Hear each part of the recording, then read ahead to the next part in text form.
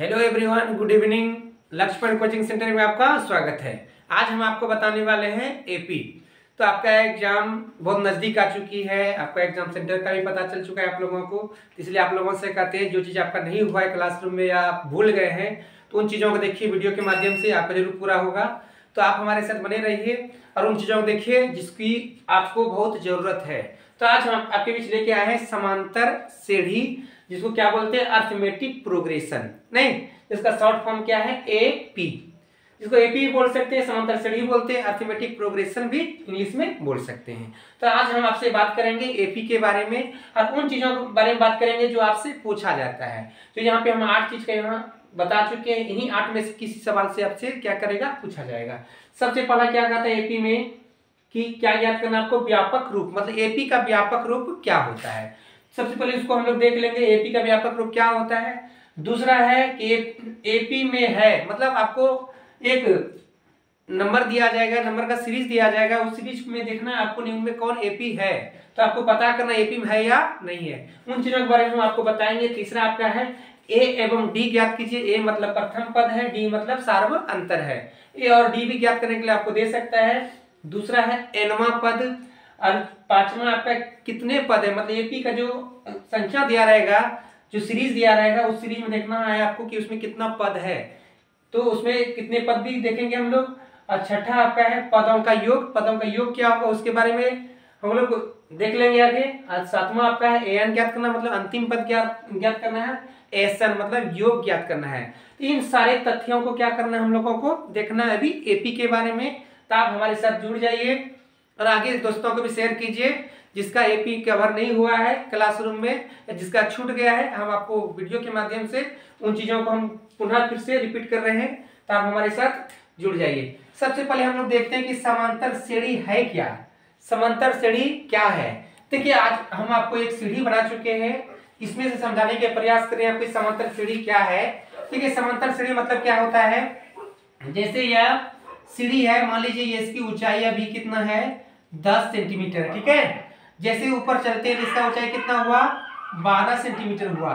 जैसे आगे जाते हैं कितना हुआ, 14 सेंटीमीटर हुआ। आगे गए 16 सेंटीमीटर हुआ। फिर आगे जाए क्या हुआ, 18 सेंटीमीटर हुआ। तो आप क्या देख रहे हैं कि इन दोनों के बीच जो डिफरेंस है 10 से कितना हो रहा है, 12 हो रहा है। 2 सेंटीमीटर डिफरेंस है। दूसरा में क्या देखिए, 12 से कितना हो रहा है, 14 हो रहा है। 2 सेंटीमीटर डिफरेंट है। 14 से कितना हो रहा है, 16 हो रहा है। 16 से 18, फिर 20, 22, इस तरह क्या हुआ, चलते जाएगा। इसका मतलब है समों के बीच का अंतर कितना है, 2 सेंटीमीटर। इनके बीच का भी अंतर कितना है, 2 सेंटीमीटर। इनके बीच का भी अंतर कितना है, 2 सेंटीमीटर है। तो इन दोनों के बीच यदि अंतर क्या हो, समान हो, उसी को बोला जाता है समांतर श्रेणी या श्रेणी, ठीक है। या आपको कोई संख्या दिया अरेंज करके दिया जाएगा, उसके बीच यदि आपका अंतर समान आता है तो समझ जाइए वो क्या है, समांतर श्रेणी है। जैसे देखिए, ये तो इन श्रेणियों का उपयोग तो अधिकतर जो है इलेक्ट्रिक जो वर्कर होता है उन्होंने क्या करते हैं, इसका उपयोग करता है। दूसरा हम लोग घरों में जो यूज करते हैं सीढ़ी, उसको जो मिस्त्री बनाता है, इन चीजों समांतर श्रेणी का भी ध्यान रखा जाता है। क्योंकि यदि समांतर श्रेणी का ध्यान नहीं रखा जाएगा, इनके बीच का जो मोटाई होगा किसी का अधिक हो जाएगा, किसी का कम हो जाएगा। यहाँ देखिए, स्लिप चलने के लिए इनके बीच का अंतर, सबका अंतर क्या है, समान रहता है। मतलब इस समान ऊंचाई पे सबको क्या किया जाता है, रखा जाता है। जैसे मान लीजिए यहाँ 8 सेंटीमीटर है, दूसरा ऊंचाई कितना दिया जाएगा, 10 सेंटीमीटर। तीसरा ऊंचाई कितना दिया जाएगा, 12 सेंटीमीटर। फिर कितना दिया जाएगा, 14 सेंटीमीटर, 16 सेंटीमीटर। और समों के बीच की जो ऊंचाई है ना, सेम सेम दिया जाता है, इसलिए इसको क्या बोला जाता है, समांतर श्रेणी। आप बहुत सारा ऐसा चीजों को देखेंगे जो क्या है, समांतर श्रेणी में क्या होता है, अरेंज होता है। तो वही आपका क्या हुआ, समांतर श्रेणी। जब दो पदों के बीच का अंतर यदि समान हो जाता है तो क्या होता है, समांतर श्रेणी में आ जाता है। तो ये था आपका कुछ दृश्य जिसको हम आपको समझाने का प्रयास कर रहे थे। अब आपको क्या करते हैं, हम क्वेश्चन के माध्यम से समझाने का प्रयास करते हैं। अब थोड़ा सा गौर से देखिए। सबसे पहला यहाँ पे कहा रहा था क्या, व्यापक रूप। सबसे पहले क्या कह रहा था आपका, व्यापक रूप, मतलब एपी का व्यापक रूप क्या होता है। देखिए, एपी का यहाँ पे व्यापक रूप लिख चुके हैं, ए प्लस डी, ए प्लस 2d, ए प्लस 3d, ए प्लस 4d प्लस 5d, मतलब जितना संख्या आप लिख सकते हैं।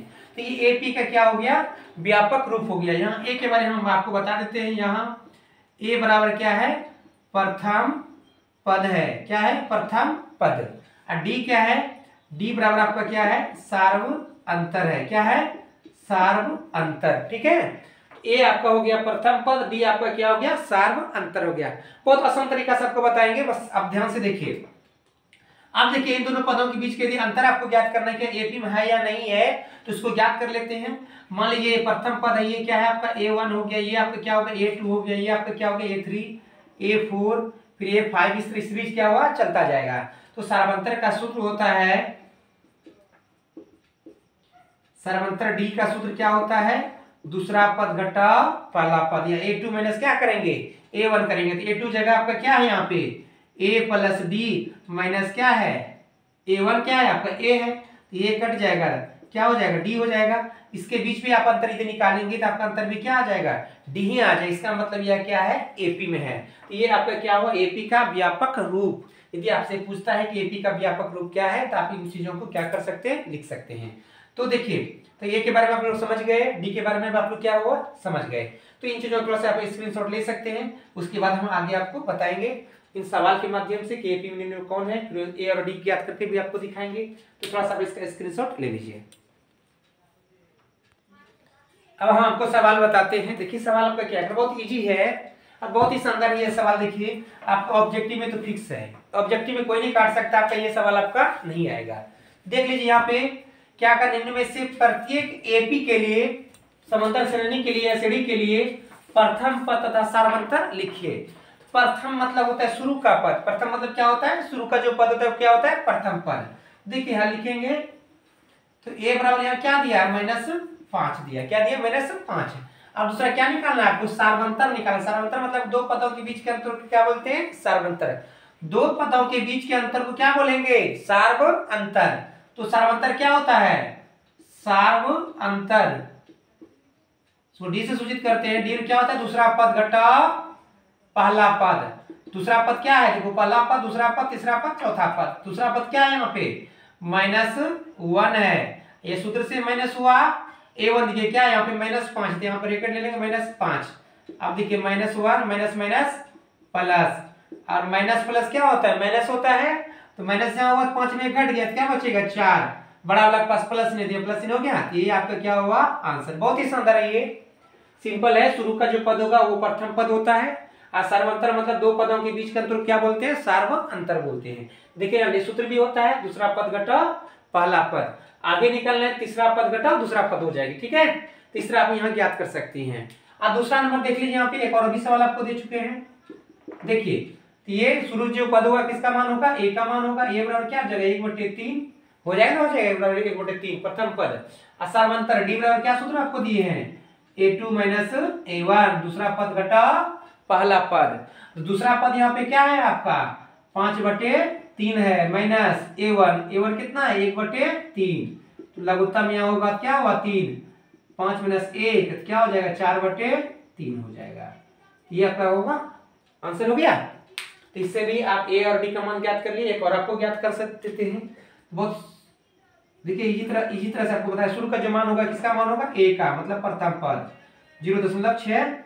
और डी बराबर देखिए क्या सूत्र होता है, A2 माइनस A1, दूसरा पद घटा पहला पद। दूसरा पद यहाँ क्या है, प्रथम पद, दूसरा मतलब A1 A2 A3 A4, इस तरह चलता है एपी का सीरीज।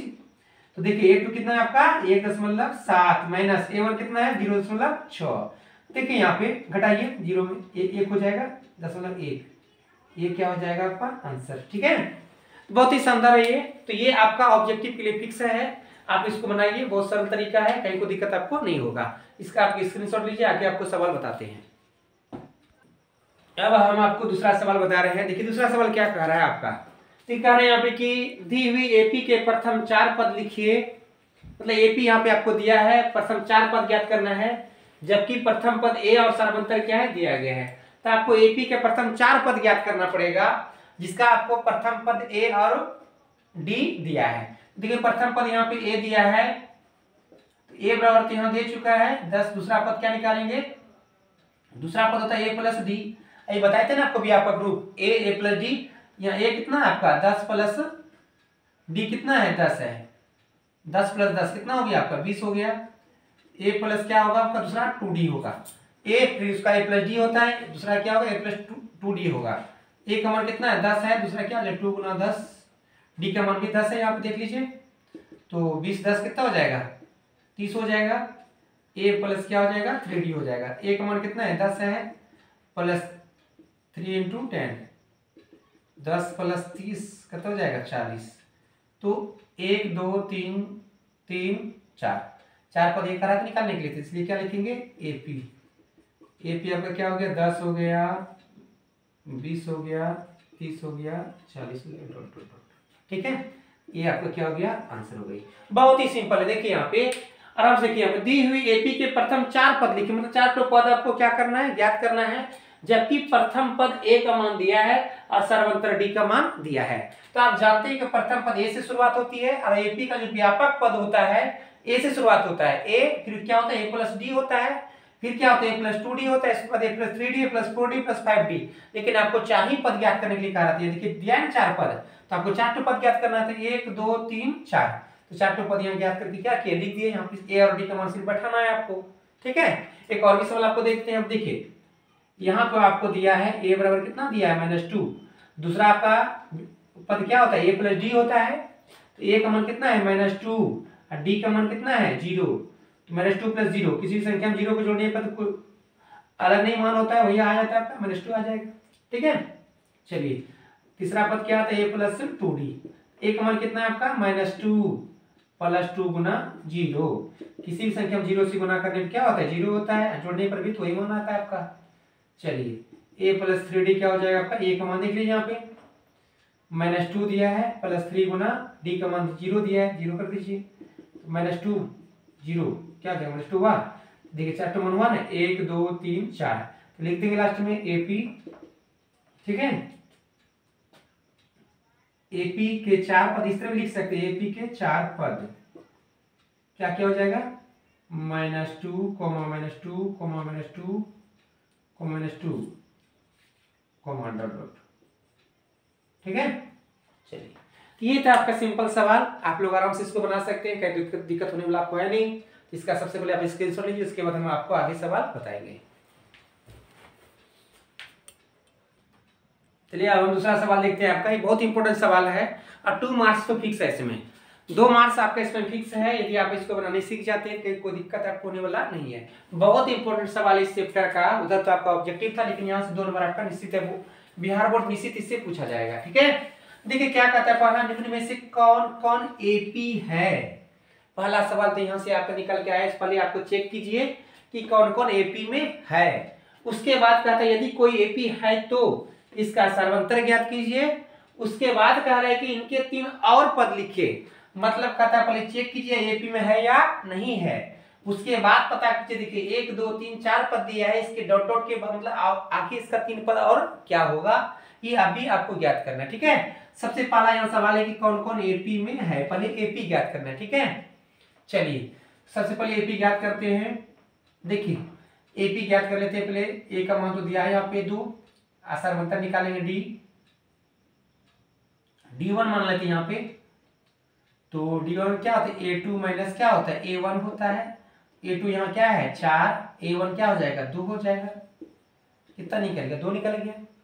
और लेंगे एक बार D निकालेंगे, D2 मान लेते हैं। D2 का क्या, तीसरा पद घटाओ दूसरा पद, जिस प्रकार यहाँ पे हुआ ना कि दूसरा पद घटाओ पहला पद। उसके बाद देखिए इन दोनों तीसरा और दूसरा के पद बीच के में अंतर ज्ञात करना है आपको, तो वही लिखिए तीसरा पद घटाओ दूसरा पद, या यहाँ बोल सकते हैं आप A3 माइनस A2, ठीक है। एक बार क्या हुआ, दूसरा पद घटाओ पहला पद, आगे आपको निकालना है क्या लिखेंगे, तीसरा पद घटाओ दूसरा पद, फिर आगे निकालना क्या नहीं लिख सकते हैं, चौथा पद घटाओ तीसरा पद, फिर आगे लिखिएगा तीसरा निकाल सकते हैं, पांचवा पद घटाओ चौथा पद लिख सकते हैं। इनके बीच का अंतर निकालना है तब दूसरा पद घटाओ पहला पद, इनके बीच निकालना है तीसरा पद घटाओ दूसरा पद, इनके बीच निकालना है चौथा पद घटाओ तीसरा पद। इस तरह आप डिफरेंस निकाल सकते हैं। इन दोनों के बीच डिफरेंस कितना निकल गया 2। आप इन दोनों के बीच देखते हैं डिफरेंस कितना है, देखिए 8 में कितना हो जाएगा 4 घट जाएगी, ये क्या हो गया 4 हो गया। यहाँ देखिए यहाँ 2 निकल रहा है, यहाँ कितना निकल रहा है 4 निकल रहा है, दोनों का मान क्या हो रहा है अलग अलग हो रहा है ना, तो वही लिखेंगे चूंकि D1 नॉट इक्वल टू क्या हो गया D2, मतलब दोनों का मान जो है बराबर नहीं आया। तो चूंकि D1 नॉट इक्वल D2 हो गया, अतः यह क्या लिखेंगे, अतः यह AP में नहीं है। यदि D1 और D2 का मान बराबर आता तब लिखते हैं एपी में है। जब यहाँ D1 D2 मान बराबर नहीं हो रहा है तो एपी में नहीं है। एपी का मतलब आपको हम बता चुके हैं, दो पदों के बीच का अंतर क्या होना चाहिए, सेम होना। जैसे यहाँ देखिए इन दोनों के बीच में 2 का अंतर था, इन दोनों के बीच में भी क्या होना चाहिए, 2 का अंतर होना चाहिए। इन दोनों के बीच में भी क्या होना चाहिए, 2 का अंतर होना चाहिए, तभी उसको क्या बोला जाता है, समांतर श्रेणी। तो यहाँ देखो समांतर नहीं है, यहाँ 2 हो रहा है, यहाँ कितना हो रहा है, 4 हो रहा है। यहाँ 2 से कितना हो गया, 4 हो गया, अलग अलग मान आ गया ना। फिर देखिए 8 और 16 निकालिए, यहाँ मान क्या हो जाएगा, 8 हो जाएगा। सबके पदों के बीच का अंतर क्या है, अलग अलग है ना, इसलिए यह एपी में मतलब समांतर श्रेणी में यह नहीं है। ठीक है, ये आपको दिखाने की कोशिश कर रहे हैं हम आपको। तो बहुत ही सिंपल था ये, बस आपको क्या देखना है, आप डिफरेंस निकाल के देखिए। यदि उसका सार्वंतर डी, यदि डिफरेंस दोनों का क्या होता है, सेम सेम आता है, तभी वह एपी में होगा। यदि सार्वंतर मतलब समान नहीं आता तो एपी में नहीं होगा। अब देखिए दूसरा सवाल आपको दिखा रहे हैं यहाँ पे, इसका देखिए ना, एक और सवाल आपको बता के दिखा रहे हैं। देखिए यहाँ पे तो पहला सवाल पहला ये इसको क्या बोलते हैं, A1 मानिए या ए बोलिए, बात एक ही है। तो प्रथम पद आपका हो गया 2, अब निकालना है सार्वंतर, D1 लिख लेते हैं। दूसरा पद घटाओ पहला पद, A2 माइनस क्या हो जाएगा, A1 हो जाएगा। A2 की जगह क्या है आपका 5/2 है ना, माइनस क्या है 2 है। अब लघुत्तम लीजिएगा 2 होगा, 5 उतर जाएगा, 2 दूना 4 हो जाएगा।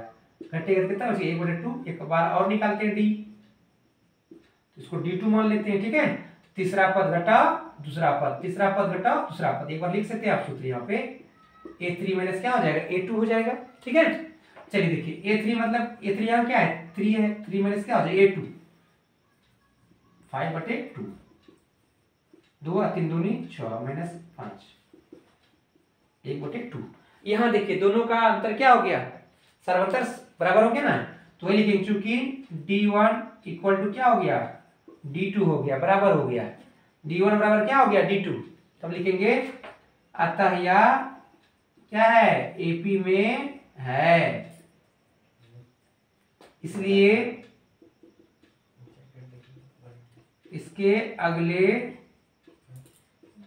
3 पद देखिए, समझिए आप। सबसे पहला सवाल ये कहा रहता है कौन कौन एपी में है, तो यहाँ पता कर लिया है एपी में है।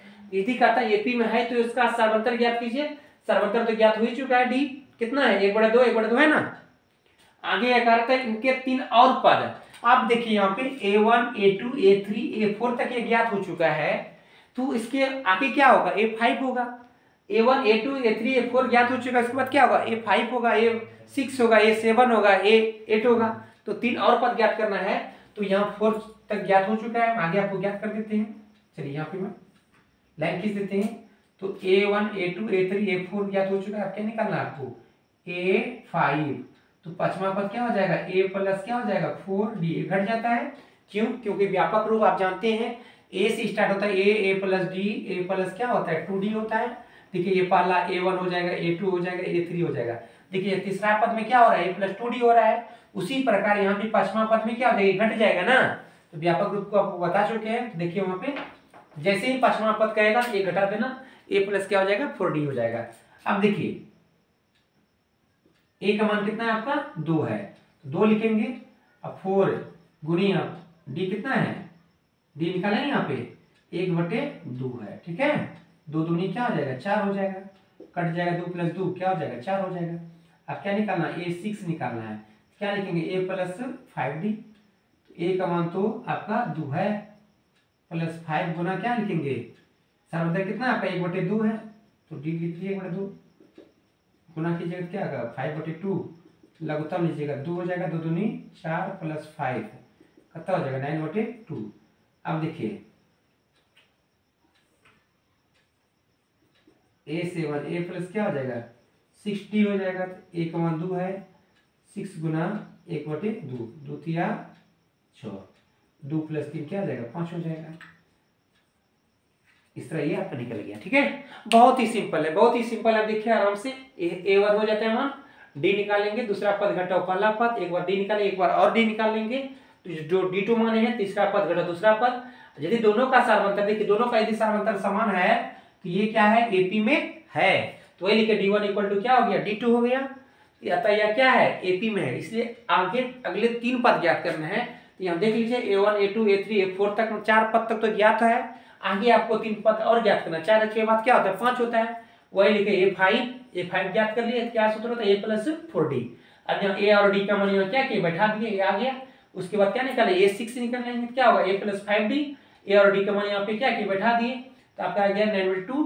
फिर एक बार और निकाल लिए A7, सूत्र क्या A + 6D, A और यहाँ पे D का मान बैठा दिए, तो ये 5 आ चुका है। तो इस तरह हम अगले 3 पद भी ज्ञात कर लिए। तो ये आपके एग्जाम की दृष्टि से बहुत ही महत्वपूर्ण है, आप इसका 1-2 बस अभ्यास कीजिए। आपके एक्सरसाइज में बहुत सारा सवाल दिया गया है, हम मतलब 2 सवाल आपको बताएं। यदि आपको समझ नहीं आता है किसी भी सवाल को लेकर के तो आप कमेंट जरूर करें, हम जरूर आपको आगे सवाल बताएंगे। सबसे पहले आप इसका स्क्रीनशॉट ले लीजिए। चलिए अब हम आपको और 2 सवाल आपको बता देते हैं। देखिए चौथा नंबर सवाल क्या कह रहा है आपका, कह रहा है यहाँ पे कि समांतर श्रेणी दिया है 5, 8, 11, 14 डॉट डॉट का 12वां पद है।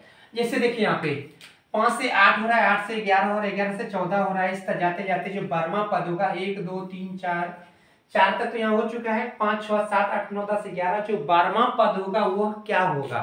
इसका मतलब ये डॉट डॉट के बाद जो भी कोई पद जब आता है तो वो क्या होता है अंतिम पद हो जाता है, ठीक है। तो वही यहाँ पे कह रहा है कि 12वां पद क्या होता है, इनको पकड़ने की बहुत जरूरत है। सबसे पहले देखिए हम लिखेंगे, सबसे पहले जब समांतर श्रेणी दिया रहता है, एक ही दिया रहेगा, शुरू का पद जो होता है किसका मान होता है, शुरू का जो पद होता है किसका मान होता है A का मान होता है, उसको क्या बोलते हैं प्रथम पद। A बराबर आपका क्या हो गया 5 हो गया। उसके बाद निकालेंगे क्या सार्व अंतर निकालेंगे, ठीक है। सर्वंतर निकालेंगे, सर्वंतर का सूत्र आपको क्या दिए D बराबर दिए क्या दूसरा पद घटाओ पहला पद, क्या दिए है दूसरा पद घटाओ पहला पद दिए हैं। तो दूसरा पद आपका ये प्रथम पद हुआ, ये क्या हुआ दूसरा पद हो गया। दूसरा पद आपका क्या है यहाँ पे 8 है, यहाँ क्या लिखेंगे 8 माइनस क्या लिखेंगे 5 लिखेंगे। दूसरा पद घटाओ पहला पद, 8 में 5 जाएगा कितना बचेगा आपका 3 बचेगा 3। चलिए तो ये आपका डी का मान कितना निकल गया, डी का मान निकल गया आपका 3। आप देखिए आपको पढ़ना जिसके साथ भी वाह लगा है, जिसके साथ भी क्या लगा है वाह, तो 12वां जिसके साथ वाह लगा रहता है वो एन का मान होता है, किसका मान होता है एन का। एन बराबर कितना हो गया 12 हो गया। या ऐसे भी समझ सकते हैं कि जब वो A1, A2, A3, A4 ज्ञात हो चुका है, 5, 6, 7, 8 12वां निकाले तो 12वां संख्या हुआ न हुआ, तो एन बराबर क्या होगा 12। और वह जो संख्या होगा लास्ट में जाके क्या होगा अंतिम में हो जाएगा, तो आपको क्या निकालना है an निकालना है, क्या निकालना है an बराबर क्या हो जाएगा व्हाट हो जाएगा। तो देखिए एक सूत्र होता है an बराबर अंतिम पद में सूत्र होता है an बराबर a plus n minus 1 into क्या हो जाएगा d हो जाएगा, ठीक है। तो a का मान कितना है आपका 5 है, प्लस n का मान कितना है यहाँ पे 12 माइनस 1, d का मान निकाले है ना 3 हो जाएगा। तो 5 प्लस 11 माइनस 3, 5 11 33 प्लस 5, 33 5 क्या हो जाएगा 38 हो जाएगा। अंतिम पद क्या होगा मतलब 12वां जो पद होगा वो क्या हो जाएगा 38 हो जाएगा। देखिए यहाँ से हम एक और भी सूत्र लगा सकते हैं सिंपल सा कि एक तो ये फार्मूला आपका हुआ an बराबर क्या हुआ a plus n minus 1 into D. यदि ये फार्मूला आप नहीं लगाना चाहते हैं तो डायरेक्ट सूत्र लिख सकते हैं 12वां पद बराबर होता है, आप जानते हैं कि a प्लस क्या हो जाएगा 11d, एक घट जाता है क्योंकि व्यापक पद में आपको हम बता चुके हैं a से स्टार्ट होती है, इसलिए यहाँ पे क्या होगा एक घट जाएगा। तो a का मान यहाँ पे सीधा बैठा दीजिए, कितना है आपका 5 है, 5 प्लस 11, यहाँ d का मान कितना निकाल के रखे हैं 3 निकाल के रखे हैं, तो 5 प्लस 11 33 5 कितना हो जाएगा 38। इधर से भी आपका आंसर हो चुका है। यदि आप इस फॉर्मूला के द्वारा बनना चाहते हैं तो ये फॉर्मूला यूज कर सकते हैं, डायरेक्ट आप 12वां पद निकाल सकते हैं। तो ऑब्जेक्टिव में यदि पूछता है आपसे तो डायरेक्ट फॉर्मूला लगाइए, a और d से यह मान निकाल लीजिए। 12वां पद कहेगा तो a प्लस 11d लिखेंगे, 20वां कहेगा तो a प्लस 19d, एक घट जाता है तो यहाँ पे सिर्फ एक घटा के आपको क्या करना है लिख देना है। तो यदि आप इस तरह बना सकते हैं इस तरह भी बना सकते हैं, आपको जैसा अच्छा लगे वैसा ही कीजिएगा, ठीक है। तो आप इसका स्क्रीनशॉट लीजिए, उसके बाद हम उस सवाल को आपको बता देते हैं। चलिए तब हम आपका इसको रब करते हैं, आगे बताते हैं, ठीक है। चलिए अभ्यास कीजिए, आप लोग अभ्यास कीजिए, एग्जाम बहुत नजदीक आ चुकी है।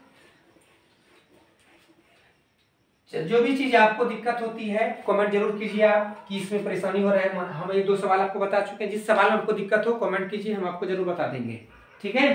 चलिए अब इसको सवाल को देखिए क्या कर रहा है, ये यहाँ पे कह रहा है, देखिए सवाल को पकड़िए, सवाल कहता क्या है, एपी दिया है, सबसे पहले हम ए का मान लिख लेंगे। शुरू का जो मान होता है किसका मान होता है, ए का मान होता है, उसको प्रथम पद बोलते हैं।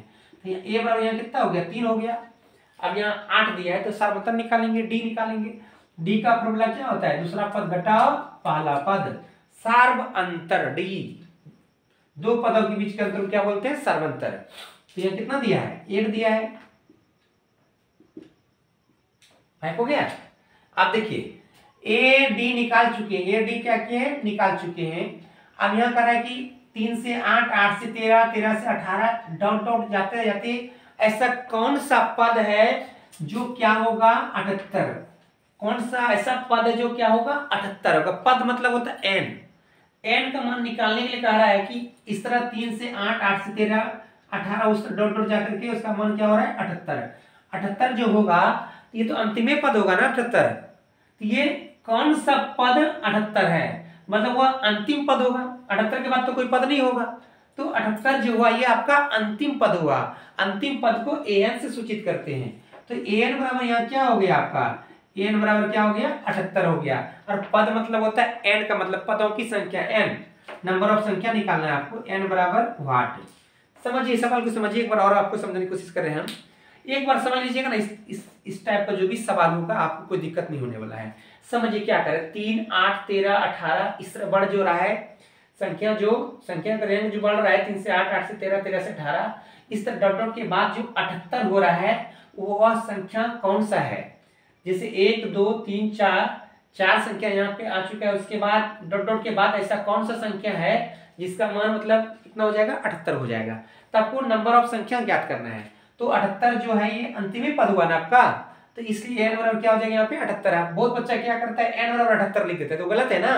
तो यहाँ पद तो निकालने के लिए कहा रहा है, पद आपको निकालना, n का मान निकालना है। ये आपका an का मान दिया इसलिए an बराबर यहाँ लिख दिया, ठीक है।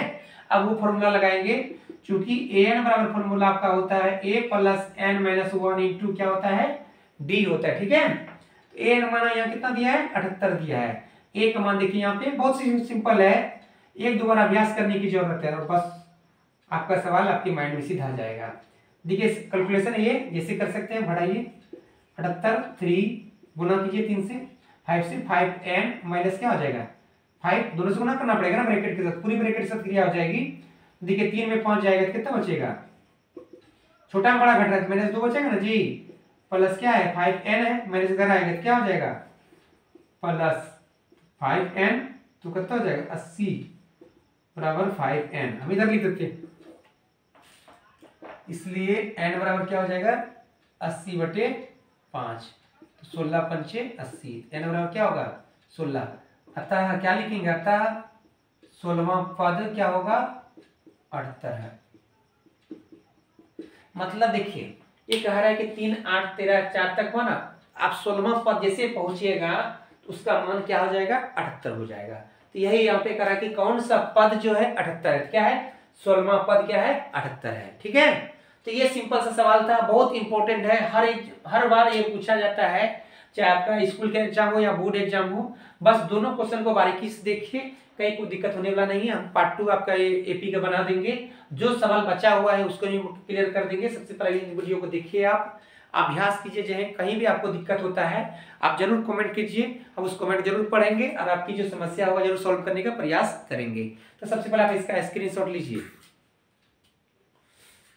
तो कैसा लगा आपको मेरा वीडियो, यदि आपको अच्छा लगा हो तो लाइक करें, कमेंट करें और सब्सक्राइब करें। धन्यवाद।